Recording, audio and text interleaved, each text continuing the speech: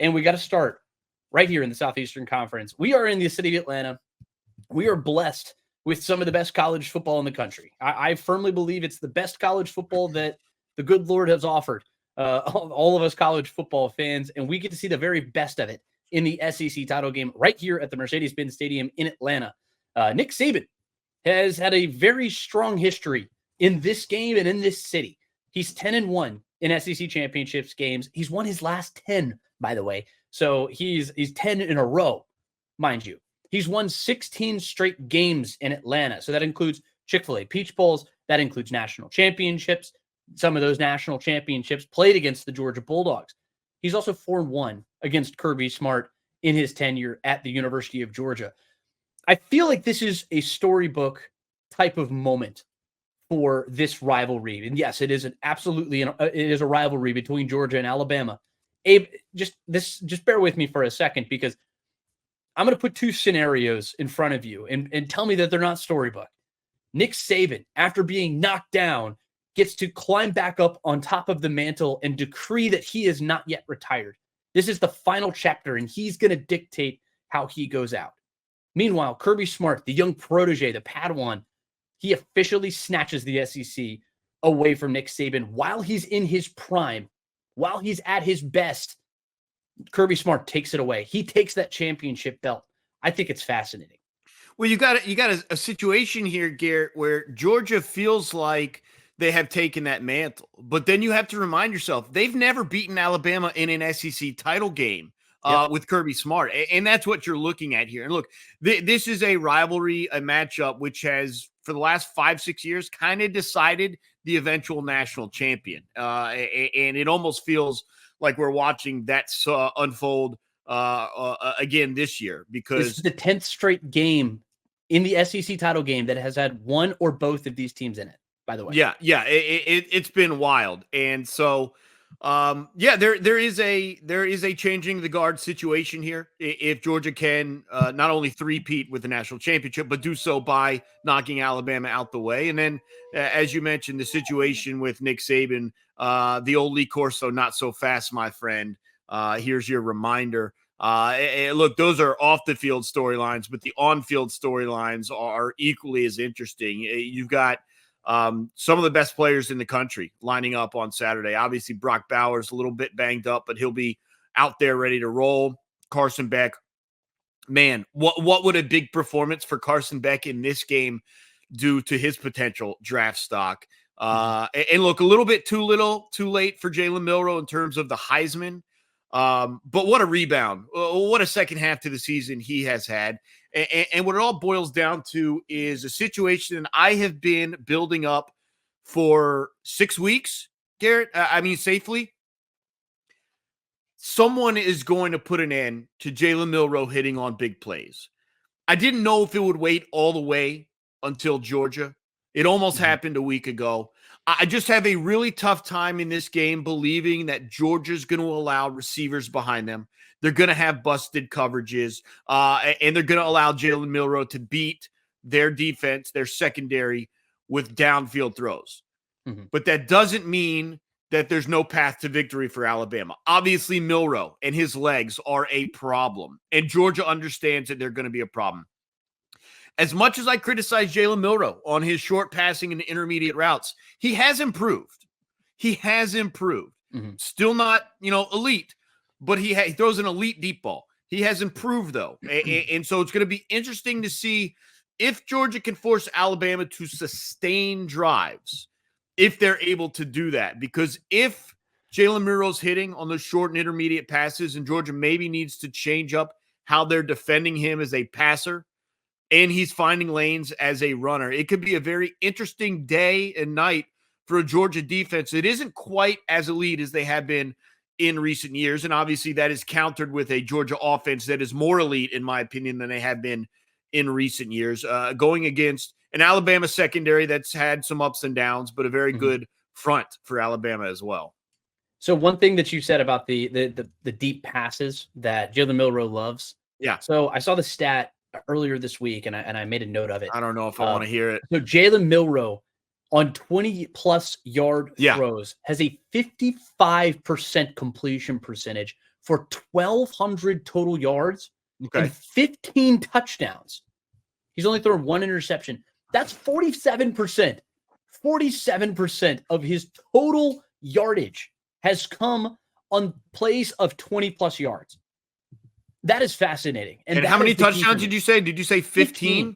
So he's only got 21 total passing. So, like, even if they get into the red zone, like, that's probably they don't do a lot in the red zone. That's not how they do things. They don't sustain drives. They don't get into the red zone. They strike from outside the red zone. If they're in the red zone, they're running the ball. Yeah. That's what I'm talking about. And you know, when you get to these margins, because Alabama can compete with Georgia. I mean, man for man, they could compete with Georgia. And when you get down to these margins, settling for 3 as opposed to taking a touchdown could be the difference in this game. And if Alabama has problems doing that, it gets interesting with the numbers. That's a great stat, though. Good work. Yeah, and that's one place where Georgia is not exactly elite. They are elite in a lot of different areas, but one place that they are not is allowing touchdowns in the red zone. They are, I think, the 60s in all of FBS in terms of allowing touchdowns, and they allow a lot of points when they get down there. This is not an Alabama team that does exceptionally well necessarily, but it is an edge for them in that category. Where UGA is elite is on third down and not allowing explosive plays. They've allowed 35 total this year. 35 total. That's it. And so Jalen Milroe, a guy who cuts his teeth in connecting with those deep passes, those are going to go away. And you're not really going to find that sort of success against this Georgia secondary, who is really one of the only defenses that can go man-to-man with every guy on that team. And they could just go legitimately man defense. They don't face Jalen Milroe and company. They don't face a lot of man defense because most people don't have the ability to rush for and keep guys back, and still get pressure on the quarterback. Most teams have to send pressure. And this Georgia defense, one of the many reasons, talent aside, and Kirby Smart and everything else, is the fact that they are able to drop back people. And then when he tries to complete those short to intermediate passes, they just rally up and make the tackle. And that's it. And they don't miss tackles. They're very sound fundamentally. This is a group that won't beat itself. And one of the things that we've seen with Jalen Milroe, especially in recent weeks, is if he is playing some of these more susceptible defenses like the Kentuckys, the LSUs, etc., he could beat them. And I'm not going to say he's been stat padding. I'm not going to say that at all because he hasn't. He's an exceptional talent. He's really good. And this surge that he's had is because of the way that he has played. But at that level, you're not going to be able to just pick apart a secondary, even though I don't think that Georgia is going to be able to be getting effective pressure on him on a down-to-down basis. That is one of the things that's really plagued Alabama this year. They're 115th in sacks allowed, which is just dreadful, by the way. It's dreadful. And I feel like there is an explosive game for Georgia coming as far as those edge rushers are concerned. We haven't seen that yet, but we saw the way they played against the Jackson Dart, who I think is probably the most apt comparison to what we've seen from Jalen Milroe, that or maybe a Haynes King that we saw at Georgia Tech last week. Both of those quarterbacks had decent days. Haynes King especially played pretty well. A lot of those on designed runs, less so on scrambles that Jalen Milroe is going to be doing. But I think this is just fascinating. And I think you said it really well. This is a game about who has an edge, who has the edge, because you're talking about like margins that are this thin, because I think these are the two best teams in the country right now. Alabama's surging. They've got a defense that's playing at a super high level, but this offense, like you said, is the best that they've seen outside of an LSU. And this Georgia offense is right there on par with anything that LSU can do. You've got Brock Bowers, Dom Lovett, Marcus Rosemy, Jack Saint, Lad McConkey, Ra Thomas. All of these guys can beat you on any given day. That's before you get into that backfield of Kendall Milton and Dajian Edwards. Yeah. Like, this is a really talented offense. I think this is fascinating. I'm so excited to watch this football game, but I don't know who has that edge yet. Yeah, the other aspect for me is I think Georgia can win this game offensively in a number of ways. Alabama's defense is not elite on either side of the ball. They do have the 15th best passing defense in the country, only 36 rushing defense. And this is a Georgia team that in recent weeks, Kendall Milton has really, one, gotten healthy, and then two, exploded. And you bring the combination of Milton and Dajian Edwards, as you mentioned, in you could probably have success there. You mentioned Bowers and Ra Thomas and Rosemary Jackson. I don't know if McConkey, what his health status is going to be after missing a couple games. But other guys are going to be there. We've also seen the development of Dylan Bell in recent weeks step up and just add to the weapons that Carson Beck has. It's going to be a big challenge, probably the first big challenge for this Georgia offensive line. Carson Beck hasn't been touched. I think there was a quote after the Ole Miss game where an Ole Miss staffer said, we didn't touch Carson Beck. I don't mean we didn't pressure him or didn't sack him. We didn't lay a finger on his jersey. Look, if that's going to happen, Georgia's going to have an easy time. They got to get pressure. Alabama does off the edge with guys like Dallas Turner. They may even need to use some blitzes, which from time to time they do to put pressure on Carson Beck, because we've seen plenty of examples. If Carson Beck is standing back there, he's going to pick apart a defense. And I've said this for about 3 weeks now because I finally realized what Georgia's offense was. In my opinion, they are the best combination of explosiveness and efficiency. That's what makes them so difficult to defend. They can beat you on 3 levels with Carson Beck. They can go deep. They got guys over the middle, and they got screen passes and intermediate short routes as well. And he finds the right pass. And as you mentioned, especially on third down. And that's what's been an absolute backbreaker for teams trying to get Georgia off the field. He's so good, even in 3rd and 7, 3rd and 10, false start, maybe it's 3rd and 12. He still finds the right guys. And look, a lot of times that guy is Brock Bowers. But in recent weeks, we've seen Dylan Bell make some big 3rd down catches. Yeah. We've seen Ladd McConkey make some 3rd down catches. And you can continue down the list. It's so difficult to defend Georgia because there's no one you can really key on. And I know Brock Bowers, like obviously you can't let Bowers go off for 130, right? But with Alabama, it's so simple to me. And look, Jason McClellan is a good running back. Doesn't really terrify you. The guy that terrifies me is Jalen Milroe, specifically with his legs, because I think Georgia can do a fair job defending them straight up with the pass. You mentioned the explosiveness out of the pass rush for Georgia. I think it's almost less in terms of just make sure he doesn't escape. Just make sure he doesn't hit the pocket. And then if you are Georgia, it's just a question. And I don't know if Jamon Dumas-Johnson's going to be back or not, dealing with his injury. But C.J. Allen is an outstanding athlete. Are you spying Jalen Milroe? And if so, are you using C.J. Allen to do so?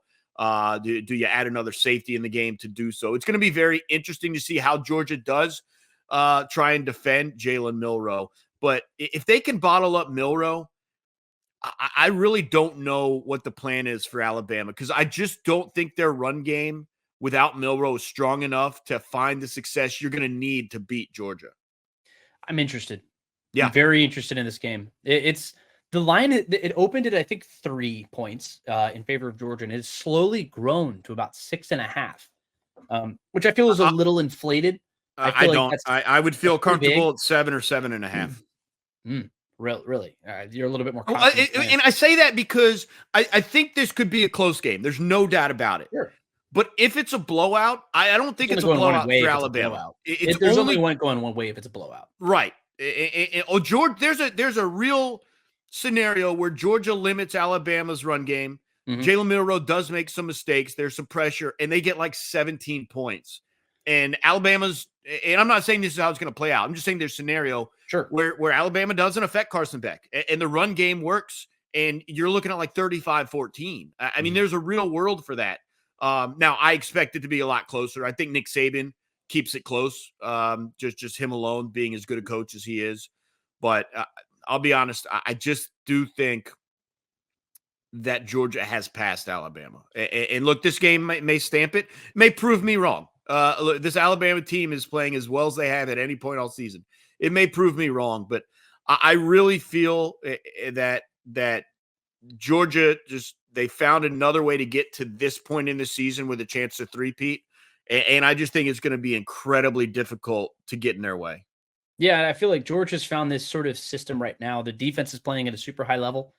I think the secondary is not going to allow big plays. I think the offensive line is the best in the country. They have great skill players on the outside. The running backs are good enough. I think Kendall Milton's found his stride. Yeah. At the end of the day, this comes down to, if I'm just looking at Georgia, it comes down to Carson Beck. Yeah. And if I'm looking at Alabama, it comes down to Jalen Milroe. And I feel like that's such a lame. When has football ever been simpler? I feel like that's so lame. But at the same time, it's these dudes, man. Yeah. I've seen Jalen Milroe in this spot probably once this season, where I feel like this was like a spot where he needs to show up, and he needs to be big. The first time we saw him was against Texas, and he didn't show up. Right. He had the home field with him, and he had everything else, and he just couldn't keep up. He's a different player since then, and of course, you can point to LSU or any other thing. I think he needed that Jalen Milroe at the back end of the Iron Bowl too, and I don't mean just the last pass, but leading up to that too. But I agree with you. But on the other hand, Carson Beck, we haven't really seen him in these situations. He's played one top 40 defense, and that was Missouri. And that took some late game not heroics, but like late game high level play from the quarterback at Georgia. I disagree. I think there have been scenarios and situations this year where Carson Beck had to step another up. one. Yeah, Auburn's exactly. one that you can point to. He's done it a few times. Yeah. He's done it a few times, but he's only done it once against a top 40 defense. Exactly. Yeah. He's got another one coming in that he has to face on Saturday. And I think, like you said, the pass rush is huge for Alabama. If they can get some pressure on him, I think that is a major key.